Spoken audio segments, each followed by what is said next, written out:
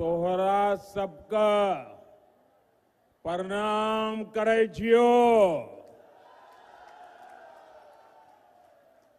की हालचाल छो? बेगूसराय की इस धरती से मैं राष्ट्र कवि रामधारी सिंह दिनकर जी को नमन करता हूं। मैं बिहार केसरी श्री कृष्ण सिंह श्री बाबूजी को भी आदरपूर्वक प्रणाम करता हूं। साथियों, मेरा सौभाग्य है कि छठ महापर्व की इस शुभ बेला में आप सभी परिवारजनों के बीच आप सबके दर्शन करने का अवसर मिला है। मेरी कामना है कि छठी मैया का आशीर्वाद बिहार पर, हम सभी पर इसी तरह बना रहे। साथियों, जब छठी मैया की पूजा की बात आती है तो शारदा सिन्हा जी को याद करना स्वाभाविक है। और शारदा जी तो बेगूसराय की बहू थी। हमारी सरकार को उन्हें पहले पद्म भूषण और इस वर्ष पद्म विभूषण से सम्मानित करने का अवसर मिला। शारदा सिन्हा जी अब हमारे बीच नहीं है, लेकिन उनके अमर गीत हमेशा गूंजते रहेंगे। मैं शारदा सिन्हा जी को विनम्र श्रद्धांजलि अर्पित करता हूं।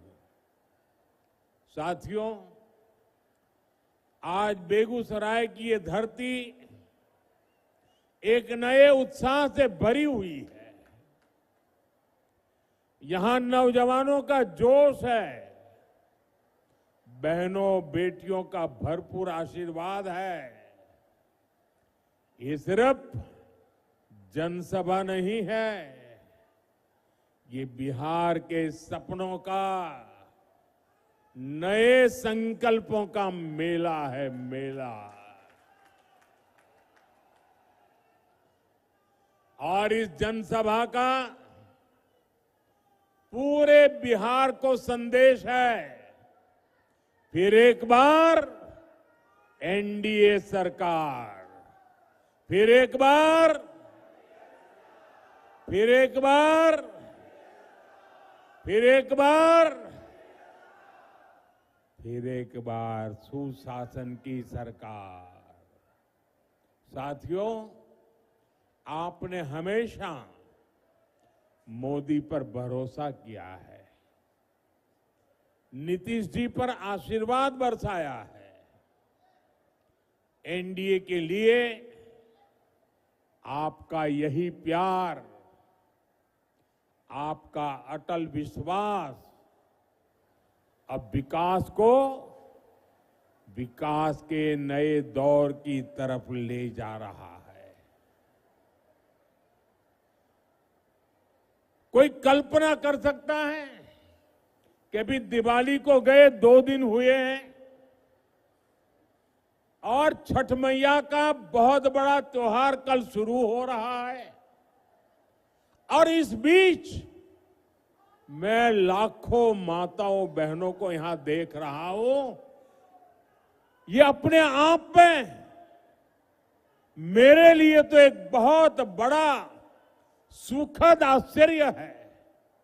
मैं सोच नहीं सकता हूं कि बिहार हो, छठ मैया का पर्व कल हो और आज हमें आशीर्वाद देने के लिए ये महिलाएं, माताएं, बहनें, बेटियां,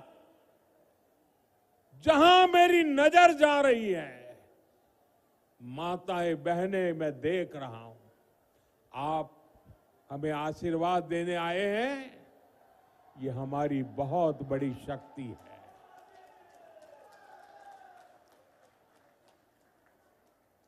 बिहार के मेरे भाइयों बहनों, हमने जंगल राज को सुशासन में बदला।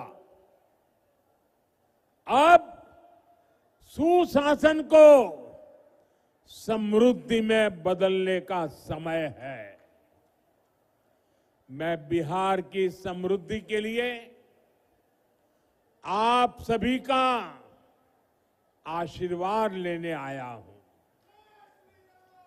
मैं बिहार के नौजवानों से विशेष आग्रह करने आया हूं। वो 2005 का अक्टूबर महीना ही था जब आपके माता पिता ने बिहार को जंगल से मुक्त किया था, सुशासन को चुना था। अब 2025 का ये अक्टूबर और नवंबर आपके लिए नए अवसर भी और एक बड़ी जिम्मेवारी लेकर आया है। आपको अपने और बिहार की आने वाली पीढ़ियों के लिए समृद्ध बिहार बनाना है। आपको अपने एक वोट की ताकत समझनी है। आपके एक वोट से ही बिहार की समृद्धि तय होगी। विकसित भारत बनाने का संकल्प मजबूत होगा। साथियों, जब से बिहार चुनाव की घोषणा हुई है, तब से हम एक चीज साफ साफ देख रहे हैं। एक तरफ एनडीए है, नीतीश जी, मांझी जी, उपेंद्र जी, चिराग पासवान जी, ये सूझबूझ से भरा हुआ नेतृत्व है। इसको भाजपा की हमारी टीम, दिलीप जी, सम्राट चौधरी जी, विजय सिन्हा जी से और मजबूती मिलती है। वहीं दूसरी तरफ लाठियां भाज रहा महागठबंधन है। ये लोग कैमरे पर आकर कुछ भी बोले, लेकिन पीठ पीछे एक दूसरे की खाल खींच रहे हैं। इस महागठबंधन में, महागठबंधन में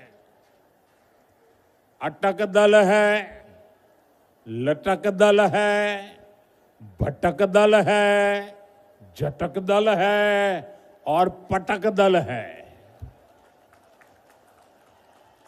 आरजेडी बीते 2 दशक में कोई चुनाव नहीं जीती, लेकिन अपने अहंकार में अटकी हुई है। इसी अहंकार में इन्होंने जेएमएम को झटक दिया। कांग्रेस 35 साल से बिहार में आरजेडी की पिछलग्गू बनी हुई है। इस बार आरजेडी ने उसको फिर पटक दिया। इन लोगों ने वीआईपी को भी भटका दिया। जो लेफ्ट के दल है उनको लटका दिया। साथियों, जब स्वार्थ हावी होता है, लूट खसूट ही लक्ष्य होता है, तो वही होता है जो आरजेडी कांग्रेस वाले कर रहे हैं। ये लोग पहले टिकट बेचते हैं, फिर घोटाले करते हैं। आप देखिए तो सही, एक आरजेडी का परिवार है जो बिहार का सबसे भ्रष्ट परिवार है, और ज्यादातर लोग अदालत से जमानत पर निकल करके बाहर खड़े हैं। जमानत पर जीने के लिए मजबूर है। दूसरी तरफ कांग्रेस का एक परिवार है जो देश का सबसे भ्रष्ट परिवार है। इस परिवार के भी ज्यादातर लोग जमानत पर बाहर है। साथियों, बिहार ऐसे लोगों पर भरोसा नहीं करता, और इसलिए पूरे बिहार में एक ही नारा गूंज रहा है, एक ही नारा गूंज रहा है, नई रफ्तार से चलेगा बिहार जब फिर आएगी एनडीए सरकार। साथियों, मैं जो बातें कहने जा रहा हूं, मैं चाहूंगा कि बिहार का नौजवान उन्हें ध्यान से सुने और उन पर जरा गौर करे। जंगल राज वालों ने सिर्फ अपने बेटे बेटियों का भविष्य बनाया, बिहार के नौजवानों का भविष्य तबाह कर दिया। और ये बात बेगूसराय का हर घर जानता है, हर कोई महसूस करता है। साथियों, हमारे श्री बाबू ने बेगूसराय को औद्योगिक केंद्र बनाने के लिए काम किया था। उनके प्रयास से यहां अनेक प्रकार के उद्योग आए। एक समय था जब ये क्षेत्र देश के प्रमुख औद्योगिक केंद्रों में से एक था। बरौनी में सायरन बजता था तो पूरा बिहार गर्व से भर जाता था। 60 के दशक में यहां रिफाइनरी लगी, फर्टिलाइजर फैक्ट्री बनी, बिजली का कारखाना लगा, यहां नौकरियां बनी, उम्मीदें जगी, चहल पहल होने लगी। लेकिन फिर क्या हुआ? फिर जंगल राज आ गया। धौंस, धमकी और डर का वो काला दौर जिसने बिहार के उद्योगों पर ताले लगा दिए, फैक्ट्रियों को बंद कर दिया, निवेशक भाग गए। ये ताले फैक्ट्री पर नहीं, आपके भविष्य पर ताले लगा दिए थे। जंगल राज ने सिर्फ कुछ फैक्ट्रियां बंद नहीं की, बल्कि बिहार के नौजवानों के भविष्य को अधर में लटका दिया था। बरौनी, बेगूसराय को एक सदी पीछे धकेल दिया। जिस आरजेडी ने बिहार को पलायन का अभिशाप दिया, उसके नेता आज बड़ी बड़ी बातें करते हैं। साथियों, एनडीए सरकार के लिए विकास सबसे बड़ी प्राथमिकता है। हम जानते हैं कि जब औद्योगिकरण होगा तो नौकरियां भी आएगी, इसलिए हमने सबसे पहले बिहार को जंगल राज से मुक्त किया। जब बिहार में कानून का राज लौटा तो उद्योगों के लिए भी माहौल बना। 2014 में डबल इंजन की सरकार बनने के बाद इसे और गति मिली। आज आप देखिए, हमारा बेगूसराय न सिर्फ अपने औद्योगिक पहचान वापस पा रहा है, बल्कि देश का एक बड़ा इंडस्ट्रियल हब बनने की तरफ आगे बढ़ रहा है।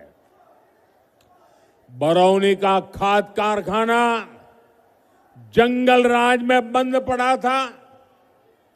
हमने ठाना कि इसको फिर से चलाना है और इसके लिए गैस की जरूरत थी। गैस बिहार में थी नहीं। गैस पहुंचाने के लिए हमने पीएम ऊर्जा गंगा योजना बनाई। हजारों करोड़ रुपए लगाए। पश्चिम बंगाल से बिहार के लिए गैस पाइपलाइन बिछाई ताकि बिहार के नौजवानों को रोजगार मिले और किसानों को पर्याप्त खाद मिल सके। आज इससे हजारों परिवारों की रोजी रोटी चल रही है। साथ ही यहां हजारों बहनों की रसोई में पाइप से सस्ती गैस भी पहुंच रही है। साथियों, जंगल राज वालों ने बरौनी रिफाइनरी को भी अपने हाल पर छोड़ दिया था। हमने उसमें नया जीवन डाला। हजारों करोड़ का निवेश किया। अब यहां नया पेट्रोकेमिकल प्लांट बन रहा है। इससे यहां प्लास्टिक उद्योगों को बल मिलेगा। छोटे और लघु उद्योग लगेंगे। युवाओं के लिए हजारों नए रोजगार बनेंगे। बरौनी डेयरी के विस्तार से हमारे पशुपालकों और किसानों की कमाई बढ़ रही है। अब बेगूसराय एक टेक्सटाइल हब भी बनता जा रहा है। कई कंपनियां यहां कपड़ा बनाने की फैक्ट्रियां लगा रही है। बेगूसराय में एक के बाद एक मल्टी ब्रांड शोरूम खुलते जा रहे हैं। बड़ी बड़ी कंपनियां यहां आ रही है। बड़ी बड़ी गाड़ियों के शोरूम यहां खुल गए हैं। अच्छी बिजली सप्लाई ने यहां के उद्योगों को नई ताकत दे दी है। और इतना ही नहीं, मुझे कोई कह रहा था कि मिठाई की इतनी ज्यादा दुकानें खुल गई है कि पूछो मत। साथियों, नीतीश जी के नेतृत्व में बीते सालों में करीब 50 लाख रोजगार बिहार में बने हैं। शिक्षा हो, पुलिस हो, हेल्थ हो, सब जगह रिकॉर्ड भर्तियां की गई हैं। आने वाले 5 सालों में इससे भी अधिक रोजगार बने, ये संकल्प लेकर हम चल रहे हैं। हम बिहार के जिले जिले में मेडिकल कॉलेज बना रहे हैं। यहां बेगूसराय मेडिकल कॉलेज पर भी काम चल रहा है। गांव गांव आयुष्मान आरोग्य केंद्र बन रहे हैं। इससे doctor, nursing staff, paramedical staff, ऐसे अनेक रोजगार बनेंगे। साथियों, आपको याद रखना है, आरजेडी कांग्रेस का नाम सुनते ही ये निवेशक भाग जाते हैं। जो नौकरी का लालच देकर गरीब का खेत अपने नाम लिखवाते हैं, ऐसे लोग नौजवानों को कभी नौकरी नहीं देंगे। अच्छा साथियों, आप इतनी बड़ी तादाद में यहां हैं, आप मेरा एक काम करेंगे? सबके सब जरा बताओ, मेरा एक काम करेंगे? ऐसे नहीं, जोर से बताओ। तो एक काम करिए, आपके पास मोबाइल तो होगा ही होगा, जरा मोबाइल फोन बाहर निकालिए, जरा मोबाइल फोन बाहर निकाल करके जरा मोबाइल की लाइट जला दीजिए। ये मोबाइल कांग्रेस के समय में बहुत महंगा था और विदेश से मंगाना पड़ता था। कांग्रेस के समय में देश में मोबाइल बनाने वाले, जरा आप आवाज बंद करो भाई, आपका उत्साह मैं समझता हूं, जरा आवाज बंद करो। मोबाइल फोन बनाने वाली कांग्रेस के जमाने में सिर्फ 2 फैक्ट्रियां थी। आपकी लाइट चालू रखो। अब देश में मोबाइल फोन बनाने वाली 200 से ज्यादा फैक्ट्रियां हैं। भाजपा एनडीए सरकार की वजह से आज डेटा भी बहुत सस्ता हो गया है। इस वजह से बिहार में युवाओं को कंटेंट क्रिएशन का नया मार्केट मिला है। आज बिहार में ये मोबाइल, ये प्रकाश हर कोई देख रहा है। अब मैं आपसे पूछना चाहता हूं, आप मुझे बताइए साथियों, बिहार के लोगों के हाथ में जब इतनी रोशनी चमक रही है तो बिहार के लोगों को लालटेन की जरूरत है क्या?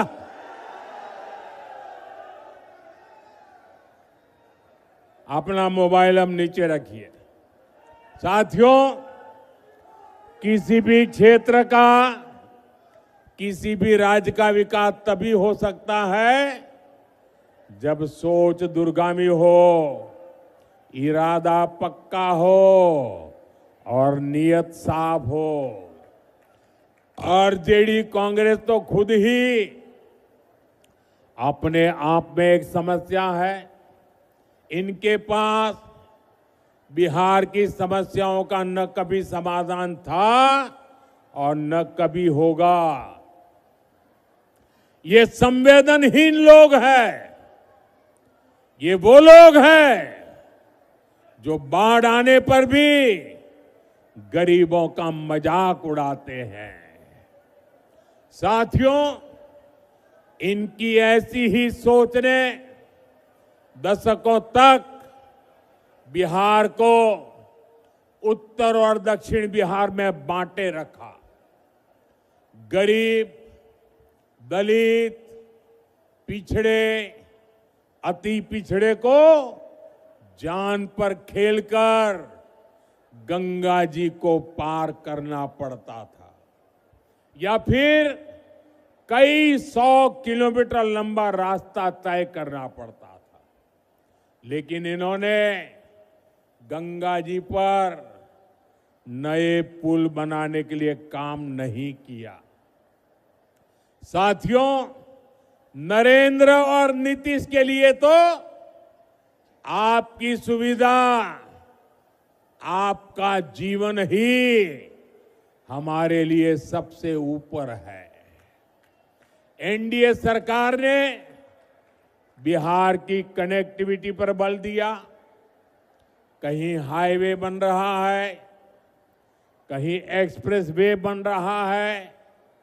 आप देखिए, बीते 10-11 वर्षों में गंगा जी पर कितने सारे पुल बने हैं। मुंगेर को खगड़िया और बेगूसराय से जोड़ने वाले श्री कृष्ण सेतु से इस पूरे क्षेत्र के लोगों को फायदा हुआ है। साथियों, 7 दशक तक ये क्षेत्र राजेंद्र सेतु पर निर्भर रहा। हमारी सरकार ने इसके बगल में ही 6 लेन का एक आधुनिक ब्रिज बनाया। इसके लोकार्पण का सौभाग्य मुझे ही मिला। उस समय जनता के चेहरे पर जो खुशी थी वो मैं कभी भूल नहीं सकता। उनका बरसों पुराना सपना साकार हुआ था। साथियों, इस नए पुल ने उत्तर और दक्षिण बिहार के बीच की दूरी को करीब 100 किलोमीटर कम कर दिया है। इससे सिमरिया धाम आना जाना भी आसान हुआ है। जो हजारों कल्पवासी जो कार्तिक मास में सिमरिया घाट जाते हैं, उनको बहुत बड़ी सुविधा मिली है। साथियों, आप मोदी को भली भांति जानते हैं। ये आपका मोदी चांदी का चम्मच लेकर पैदा नहीं हुआ है। मोदी गरीबी में रहा है। उसने गरीबी के दुख दर्द को सहा है और इसलिए आज जब देश के गरीब ने मोदी को सेवा का अवसर दिया है तो पूरी शक्ति से, पूरी ताकत से देश में गरीब को मदद पहुंचा करके गरीबी को इस देश में खत्म करने का पूरा प्रयास कर रहा है। गरीब के लिए पक्का घर सपना होता है। हमारी सरकार ने 11 साल में 4 करोड़ से ज्यादा पक्के घर बनाकर मेरे गरीब परिवारों को दिए और इसमें से 60 लाख पक्के घर यहां बिहार के मेरे गरीब परिवारों को मिले हैं। हर गरीब को घर का चूल्हा जलता रहे, इसलिए मोदी मुफ्त अनाज देता रहता है। हर गरीब को मुफ्त इलाज, मुफ्त बिजली कनेक्शन, मुफ्त गैस कनेक्शन, सस्ती गैस, ये सब सुविधाएं नहीं, ये सम्मान भरा जीवन देने वाली जरूरतें हैं। और इसका सबसे अधिक फायदा दलित, महादलित, पिछड़े, अति पिछड़े परिवारों को हो रहा है। दशकों तक बिहार के लोगों को आरजेडी कांग्रेस ने सामाजिक न्याय के नाम पर सिर्फ धोखा दिया। ये एनडीए सरकार है जो सामाजिक न्याय को सही मायने में सच करके दिखा रही है। साथियों, आज कांग्रेस के पूर्व अध्यक्ष सीताराम केसरी जी की पुण्यतिथि है। देश कभी नहीं भूल सकता कि किस तरह कांग्रेस के इस परिवार ने सीताराम केसरी जी का अपमान किया था। आज का दिन हमें याद दिलाता है कि कांग्रेस दलितों, पिछड़ों के अधिकार छीनने के लिए क्या कुछ कर सकती है। इन लोगों के लिए सिर्फ अपना परिवार ही सबसे बड़ा है।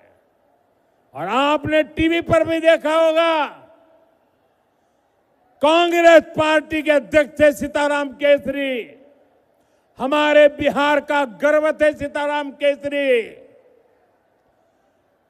इस परिवार ने सीताराम केसरी जी को उनके घर में बाथरूम में बंद कर दिया।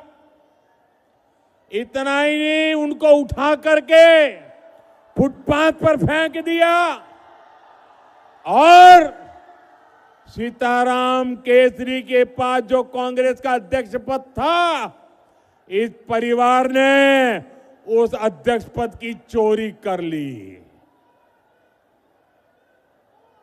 साथियों, ये ऐसे लोग हैं जिनको आपके परिवार की कोई चिंता नहीं है। साथियों, बिहार की नारी शक्ति जंगल राज की सबसे बड़ी पीड़ित रही है। आज वे एनडीए के सुशासन में बड़ा काम और बड़ा नाम करने के लिए आगे आ रही है। बीते वर्षों में बिहार की बहनें आत्मनिर्भर हुई है। जीविका दीदी के रूप में गांवों में बहनें अपने पैरों पर खड़ी हुई है। मेरा लक्ष्य देश के गांवों में 3 करोड़ लखपति दीदी बनाने का है। इसमें बिहार की बहनें काफी शानदार काम कर रही है।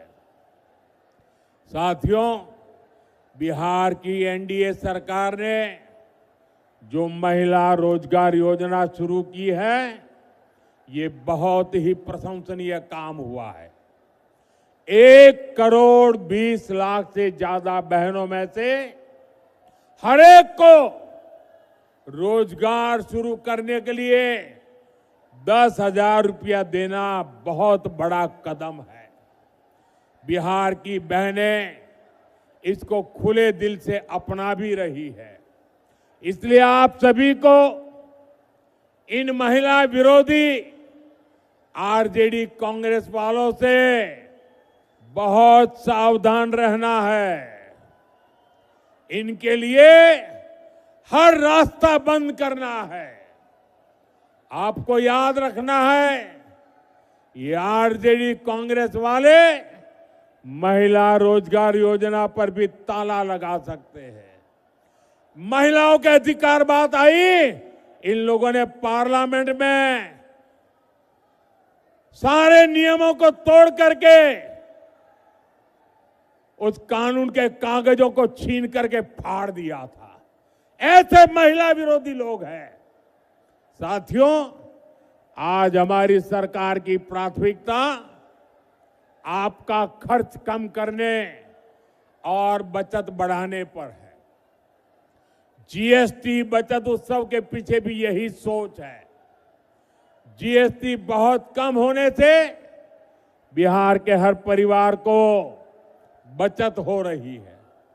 त्योहारों के इस मौसम में कोई नया टीवी ले रहा है, कोई नया पंखा, कोई नया फ्रिज ले रहा है, किसी ने नया स्कूटर लिया, नई बाइक ली।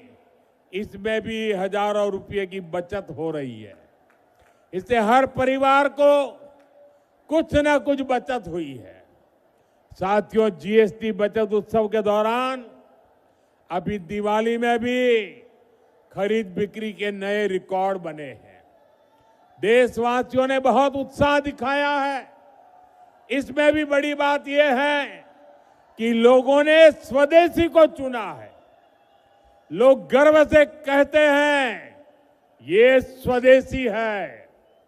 एक रिपोर्ट बताती है कि देश में करीब 90% खरीदारी स्वदेशी चीजों की हुई है।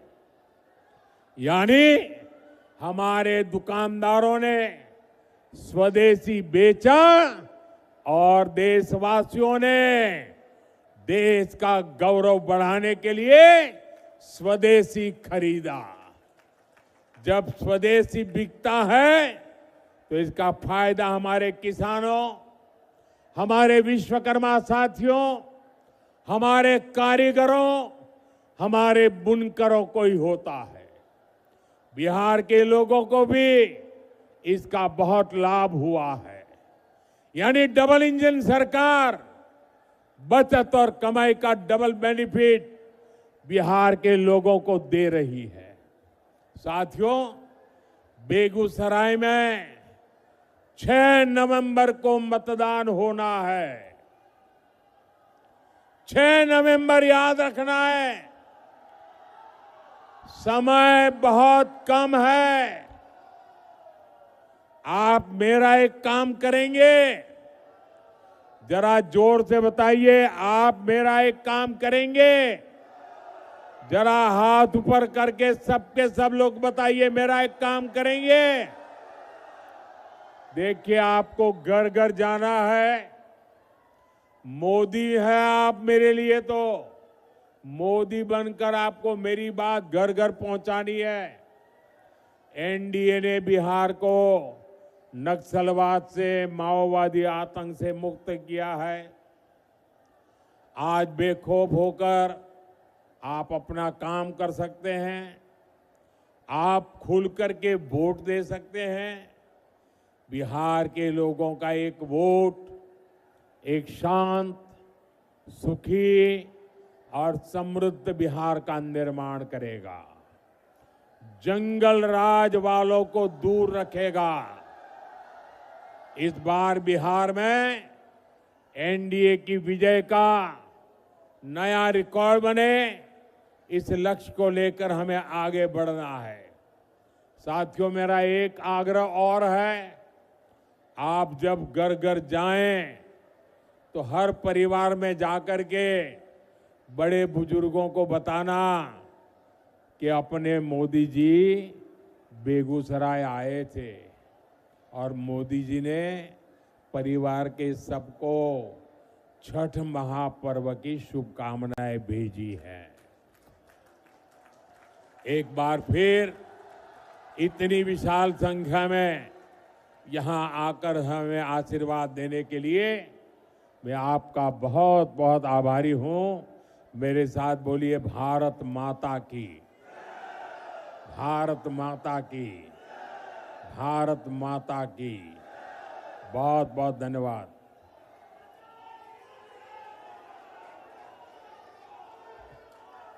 जो चुनाव लड़ रहे हैं वो उम्मीदवारों से मेरा आग्रह है, जरा आगे आ जाइए।